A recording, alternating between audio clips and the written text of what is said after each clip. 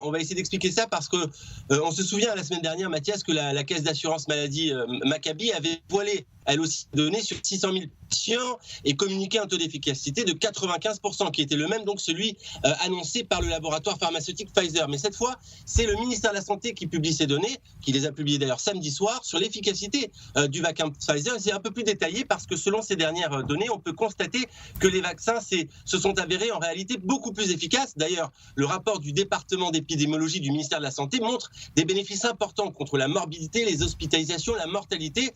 Et regardez donc ces quelques chiffres. 14 jours après avoir reçu la deuxième dose du vaccin, donc 2 semaines après, on constate que 95,8%, c'est efficace pour 95,8% de tout cas de Covid-19 confondus, 98% donc pour les cas avec fièvre et ou symptômes respiratoires, près de 99% pour les hospitalisations, 99,2%, là c'est le chiffre dont vous évoquiez tout à l'heure pour les maladies graves, et 98,9% pour la mortalité. Vous voyez, ce sont des chiffres qui vont certainement ravir le laboratoire pharmaceutique Pfizer, et on rappelle qu'Israël est pour ces laboratoires un test grandeur nature de leur vaccin. Le pays d'ailleurs s'était engagé à communiquer des données précises sur les résultats, ce qui explique aussi pourquoi on a pu ici obtenir autant de doses de vaccins.